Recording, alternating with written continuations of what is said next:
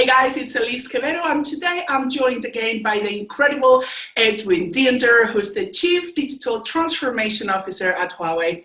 Hi Edwin, how are you today? Hey Elise, I'm doing fine. Thank you for having me again. Fantastic. So you started this blog series on a smart city, and the last time we spoke about your blog number 1. So today we're going to be talking about blog number 2 with Edwin Diender. And my first question to you, Edwin, is that you talk about the role and responsibilities of government for a smart city construction. So can you break those down for us? Yeah, sure. You know, with changing responsibilities comes changing roles, and with changing roles comes changing responsibilities. I'm very much in favor of looking from a digital transformation point of view, looking at the world from a digital point of view, where digital twins and all these kind of things comes in. So where we have a physical government, there's a digital government. We have eGovernment, which is I think the label for that. And some of the changing parts sit with the digitalization of that. So what is the changing role in digital transformation for governments? Setting the structure, making sure that there is a strategic direction, knowing where to go, having a vision, a leadership team, so to speak, would be one of them. In the digital world, of course, there is also rules and regulations and policies. So rule regulations and having a game plan, so to speak, and creating consensus between different stakeholders that need to work together in this domain. And last but not least, I think at least, is to attract investments, maybe even foreign investments. And in some cases, as a government in the world of e-government, you could become an investor yourself. So I think in these 3 sectors, in these 3 partitions, is where the changing role sits, as far as I'm concerned. Wow, this is definitely a little bit more complex than on your first blog, and that is something that I've noticed and I mentioned to you. And something that you wrote quite a bit about was on the shift to e-governance, how digital agendas tend to be in place in most places, but that one of the questions that you actually still get asked is, what do we do and what do we do first? So what are your insights when it comes to that specific subject? Well, digital transformation sometimes seems as if it's like a buzzword and people jump a bandwagon. They didn't really look into it. It's sexy to be part of it, so to speak. Probably that has a bit to do with it. Maybe some experience from the past that perhaps didn't go very well, or just went one time. An ego-tripping technology project, and that was it, kind of. So where I come from, I would say trying to fit all kinds of new things into a jacket of the past, which of course doesn't fit. Trying to put a square in a triangular shape or the other way around.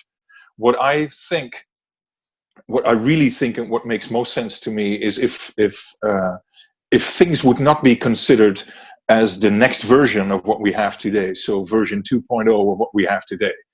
If we do what we always do, we get what we already have.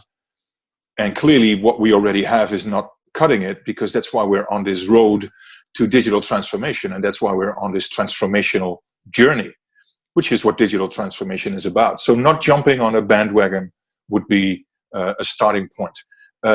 Thinking of it not as a project by project base. Doing a project has a clear beginning and a clear ending. And if you jump from one project to another project, you're going in a stop and go motion. And that would not be a very smooth journey going forward. Actually, that would not be a journey at all. So back away from what you already do, because if you do what you do, you get what you already have, what I just said. Not a project by project basis, but more a journey that deals with programs and initiatives, and that drives ambition, and that creates an element of well, not so much an element, but that creates an atmosphere of guts. So a leadership team where someone has the guts to move forward with programs and initiatives that will help move an area or a region or a city higher up the value chain more smoothly. That is where I think the principle of e-governance, which is the digital version how e-government works, right? Governance is how governments operate and how governments work. So e-governance is the digital operations of e-government. Governance is how governments work. So e-governance is how the digital government or e-government works. Looking and going forward with a digital agenda that covers programs and initiatives that will help more smoothly move higher up the value chain would be a more logical way forward. And I think that's where the dominating part of e-governance comes in. Looking at the efficiency of city management from a digital point of view. Wow, that's actually extremely powerful, and why I mentioned at the beginning that this is a more complex topic that, of course, I think you could have done your own series when it comes to e-governance. And that takes me to the next question, because last time we spoke, I asked you about the digital platform for smart city construction, which integrates new technologies that empower intelligent social sustainability development. So now let's get more details on what is the government cloud. What are the key benefits for this? So if you think of a platform that is able to link programs and initiatives that will help move nations or a region or a city or part of a city higher up the value chain. And if you then would think of one of the building blocks within that to support it, or one of the industries to support that, then governments would be an industry to support that. And elements like tech for all, technology inclusion, bringing digital to every home person and organization from a government point of view in a digital way is then where the principle of a digital platform would apply, and where the different systems and services within such a platform would be able to provide those services more intuitively and more and faster, so to speak. The principle of a digital platform is to bridge information silos, also information silos that sits within the physical government, which today are disconnected. Budgets are not shared, perhaps, or not even initiatives are shared. Ideas are not shared. What we talked about before, areas of cities, or maybe even your own neighborhood that is closed off, maybe 2-3 times a year, because 2-3 times a year, different parts of the government have to do specific things in your neighborhood. One time it is for a water leakage. The other time it is for improvements on the lighting infrastructure in streetlights. Another time it is for the gas infrastructure that needs to be cleaned or upgraded, or other initiatives. A digital platform that can bridge and overlay all these silos is what we then talk about in this particular case. And the other part that I think makes most sense is what I call a business-driven ICT infrastructure, or BDII, which is a platform with a lot of capabilities that can overlay these information silos. And within these platforms are the capabilities embedded to link these different services instead of separating them, or instead of doing it only for them and by themselves. A business-driven ICT infrastructure understands the purpose, what it is meant for. And this horizontal layer of complex technology doesn't change if it is applied for the education industry, for example. It also doesn't change if it is applied for the healthcare industry. The only thing that changes is the usage of the different technologies and the different features and the functionalities within that system. So for a government cloud is a principle where cloud enablement makes it easier to put services in place, distribute these services, apply these services, and in change of government ruling, for example, makes it also easier to apply the new rule and the new regulation and the new legislation in a faster way and more intuitively. And that is where government cloud, for example, comes in. Another one sits in the back end, the efficiency of the management and the operations of government services in different information silos from a cloud point of view makes it also more effective and therefore lower in cost, and therefore adding more value and creating more benefits. Wow, thank you, Edwin, for breaking that down in such a manner. And if you guys obviously are interested in knowing more about this, I will be sharing the link to blog number 2 from Edwin, because he's got a few more insights on this topic. And this obviously leads to my next question, which is that in the last part of your blog, you talk about how the universal infrastructure is changing the role of city managers. And that is thanks to the experience that you actually have after talking and working with so many of these individuals. So how are these roles actually changing? Well, digital transformation is partially a change process. It's the process of change. I said before, technology supports do better what we do best. That also sits with the way we work with things. It's not just technology taking over, but it's also the way we work. The changing workplace, for example. The changing roles within these initiatives, I think, sits with the idea to be more efficient in daily operations. So that means today, perhaps because of information silos, red tape sits within physically, bureaucracy sits in physically, but in a digital environment, you could check where that sits and you can actually diminish that. So from a digital point of view, if in the physical government environment, things like red tape and bureaucracy exists, because lengthy processes of approval, for example, or paperwork that needs to go through a certain assessment before it can be applied and put in place and expedited. In a digital world, if this would be a digital process with digital documentation and digital approval, that process is tremendously shortened or can be tremendously shortened. And that's an example where that sits. Another one sits perhaps with looking at, so from a city management point of view, if you're a city manager responsible for city management, then maybe this is your new role as a city mayor. So as a city mayor, you become a city manager, you become an executive of a corporation, which is your city. What is the branding of your city? What is the position of your city in combination with other cities? How do you compete? Is another example. What is the brand equity if you are a brand manager or a city manager of a city? Is some question. So what does the city stand for? I think these are little examples of changing roles within cities. So the role of a mayor changes. The role of a city councillor also changes. The role, if it comes to nationwide governments, the role of a member of parliament, perhaps, or a minister, slightly changes the moment that becomes a role within a digital government, for example, or a digital version, a digital twin of a physical government creates a changing role of the digital position of the physical minister versus the position of the minister in a digital environment. There are some examples. Wow, so I have a quick follow-up question on this.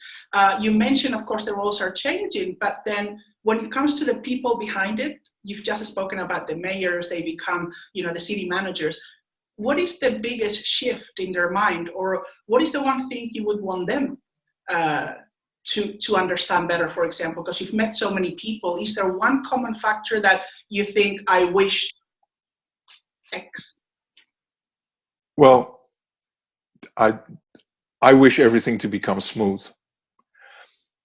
But who am I, right? What really triggers me, so I can make it very clear, actually, and very direct.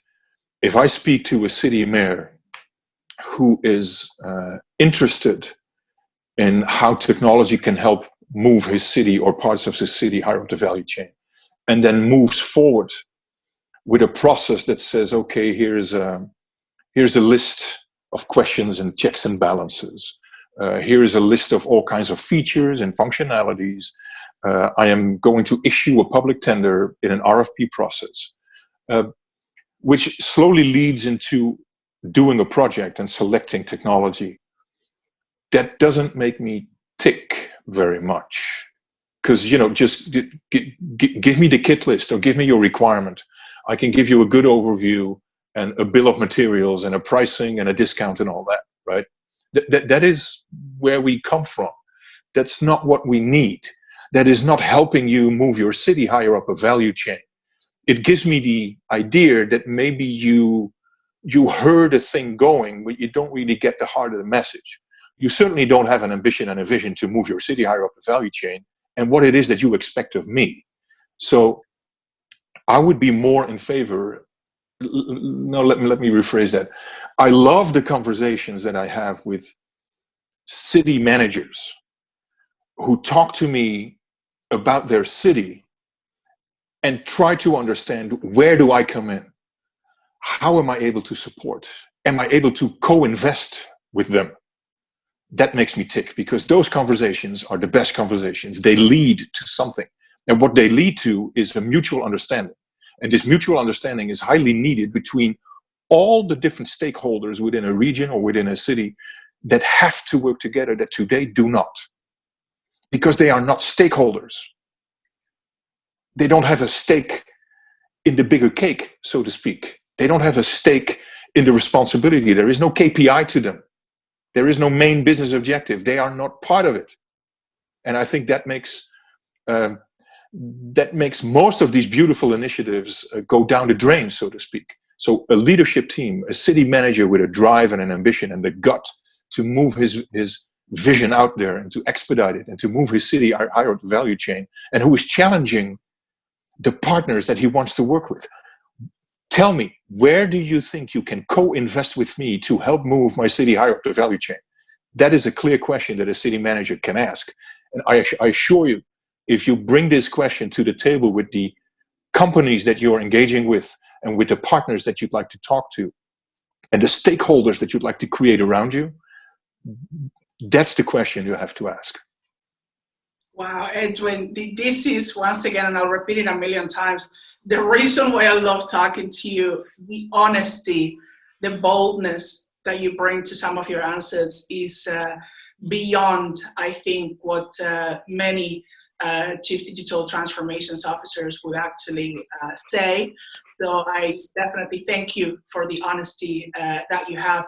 And you touch on the point that I normally talk about, which is the people behind the technology, the people behind everything. It's not always about what do you get, the money that you're actually getting from something, but making an impact, a true impact based on the job, based on the value you can offer. And you've just summed it up in quite a little red bow for me, which is the last question of today, which is actually, what is the one key takeaway in regards e-governance in a smart city construction? What would you want the summary of your blog number 2? I've said before that a digital twin of anything physical is where it starts with. So if we have a physical government, the digital twin of a physical government. If we have governance, the digital twin of governance, which is e-government and e-governance combined. So I think that's where it starts. What we look for is to be more efficient in daily operations of city management. And to be more efficient in daily operations of city management, there is a shift, a transition with city managers. You have to think about how to manage your city like an executive.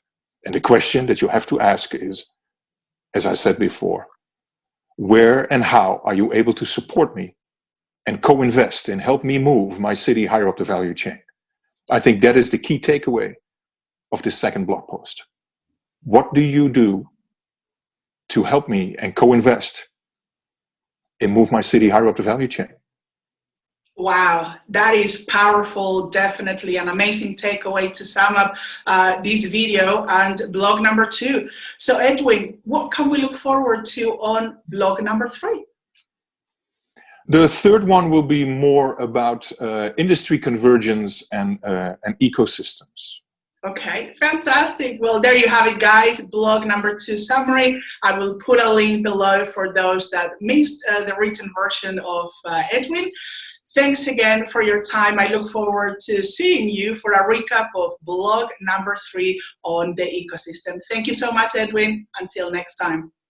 Thank you too. Peace. Stay safe and stay sane. Stay inside.